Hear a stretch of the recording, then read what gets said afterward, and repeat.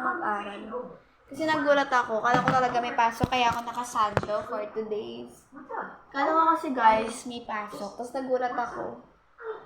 Nag-chat si ma'am, suspend daw yung klase. So, ayan guys, napakita ko sa inyo. Ayan. So, wala na pasok. Kasi super happy. Hindi, pero masaya naman. So, bibigay ko muna ito kala Nias. Ito. Bibigay ko sa kanila. Pag kinuha nila to, ibig sabihin, kakainin nila. Pag di na kinuha, akin na lang. I-eat ko na lang. So, titinan ko kung kukunin niya. Pero kung hindi naman, okay. Nanonood kasi sila guys eh. Nias Ano sabihin mo?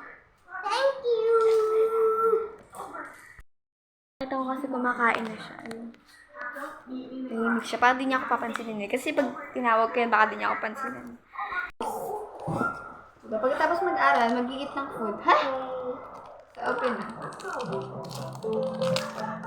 Ito lang kasi nakita kong meron yung tindahan ng kapitbahay namin. Kasi pag tumayo pa ako, mabasa pa ako ng ulan. Nico was here right now. Do you know what you want to say to him?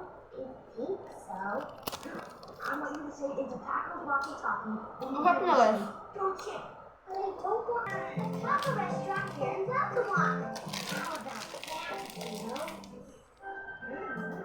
Yeah. My secret sample class. Thanks, Grandma.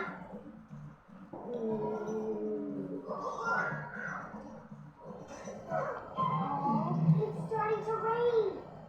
Look, under here, Nico. Yo, my taco's getting soggy. Look, may ID guys. I'll close up the van. Oh, it looks like a grocery store. Here, let me see.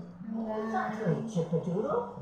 Are those tables and chairs for the new restaurant? Yes, they are, Nico. Gordy and I ordered furniture and... Ayan guys, bye-bye. So, follow niyo yung page ko, subscribe kayo sa akin para mas madami pa kayong mapanood na walang kwentang vlog.